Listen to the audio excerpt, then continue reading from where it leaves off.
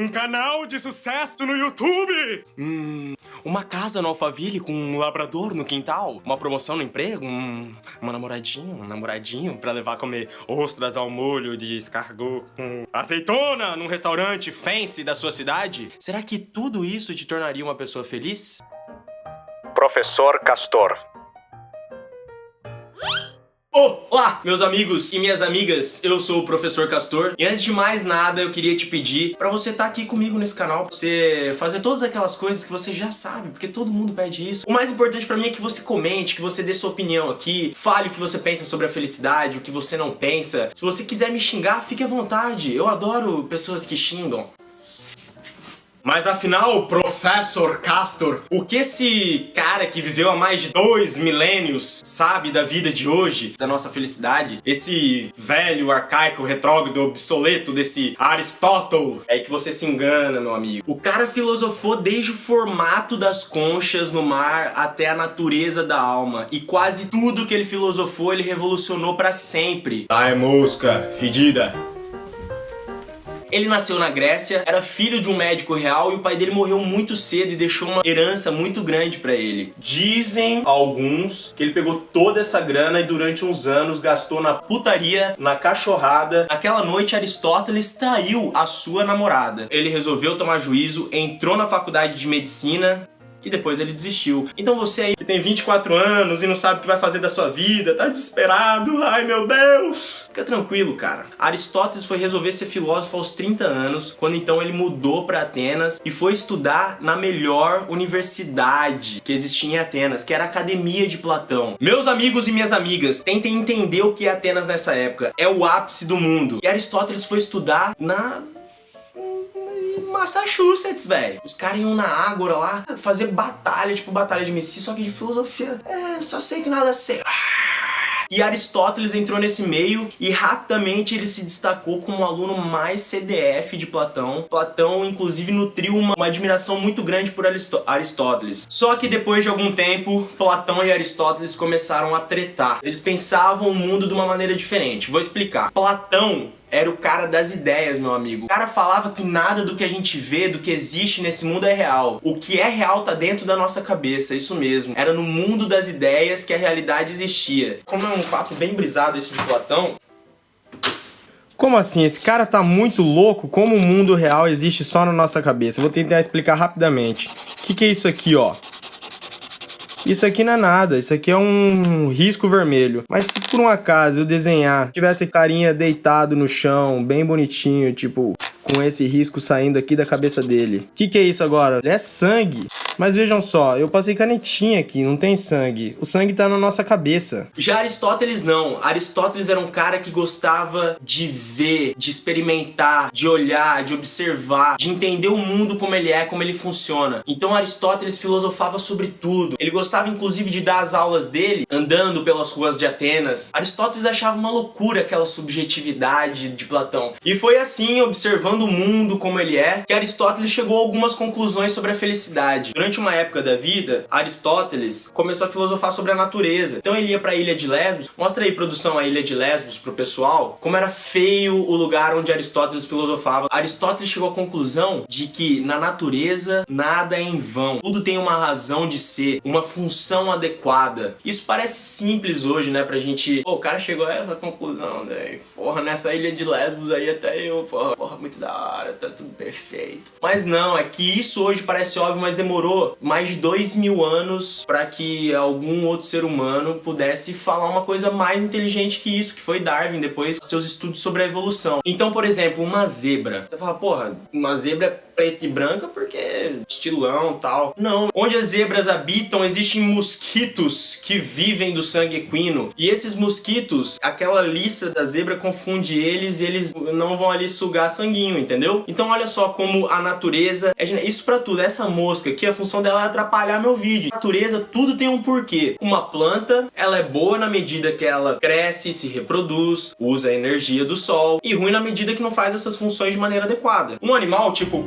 o sapo, ele também tem suas funções, para além daquelas da planta, outras como se mover, perceber, e como o ser humano é um animal mais evoluído, ele também precisa se reproduzir, ele também precisa crescer, mas para além disso, o homem tem duas características que os outros animais não têm, que é a sua razão e a sua sociabilidade. Sai, mosca!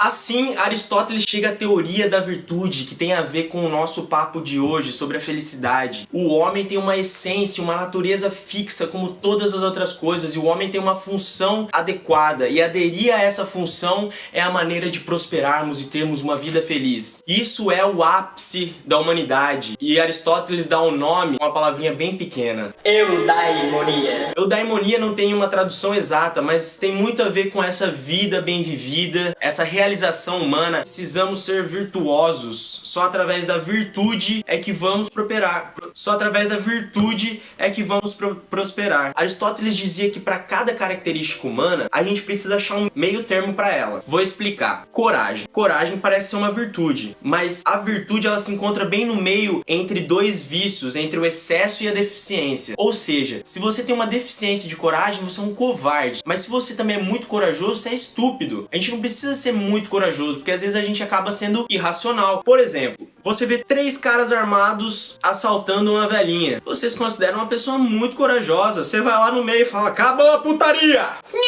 Você vai se ferrar. A virtude gera a felicidade. Aristóteles acreditava na experiência, na habituação. Se você for virtuoso hoje, você pode errar 15 vezes hoje, mas acerte uma, seja virtuoso uma vez. Ache esse meio termo, até mesmo a honestidade. A honestidade, se você for muito honesto, isso é uma coisa prejudicial. Tem coisa que você não precisa falar. Tem aquela caquinha no nariz do seu amigo. Chega lá e fala assim: meu amigo, você tá falando... Meu, essa coisa da caquinha é muito louca, né? Pode ser quem for, falando de um assunto que ele manja muito, se ele tiver com a caquinha no nariz, parece que perde toda a credibilidade que ele tá falando. E Aristóteles dizia que a gente pode se espelhar nos exemplos morais. Existem pessoas que a gente sabe que são mais virtuosas que nós, e ele acredita que o ser humano nasce com a capacidade de identificar essas pessoas e com a vontade de espelhar elas. Procure sempre exemplos morais e note virtudes que você ainda não tem. Passe a executar essas virtudes dia após dia, porque é assim que o ser humano atinge a eudaimonia. O ser humano vicioso, ele age mal e sente prazer em agir mal. Depois do ser humano vicioso, existe o ser humano incontinente, que é aquele que tá inclinado a agir mal porque ele é fraco. E ele age mal, mas ele tá insatisfeito, ele sabe que ele fez errado. Depois do estado de incontinente, vem o ser humano continente. O ser humano continente, ele tem força de vontade e ele age bem porque ele sabe que isso é o certo. Mas ele não tá satisfazendo os próprios desejos, porque ele age por obrigação. E então... O ser humano virtuoso é aquele que age bem e sente prazer em agir bem. Sai, mosca! Deixa eu gravar meu vídeo em paz, pelo amor de Deus! Sai!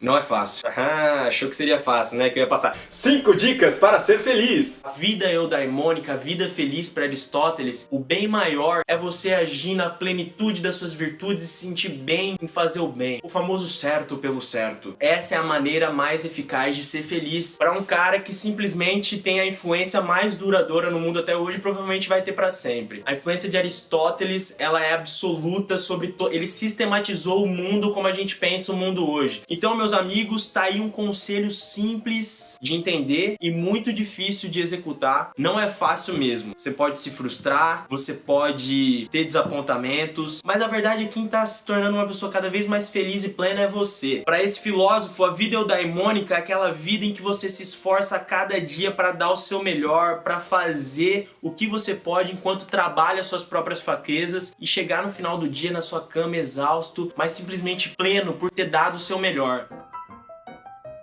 Well.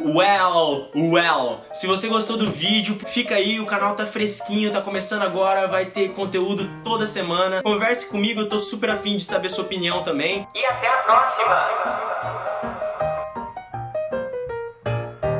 Felicidade para mim é acordar todos os dias e ver um dia maravilhoso. Sol, amigos, música, dançar.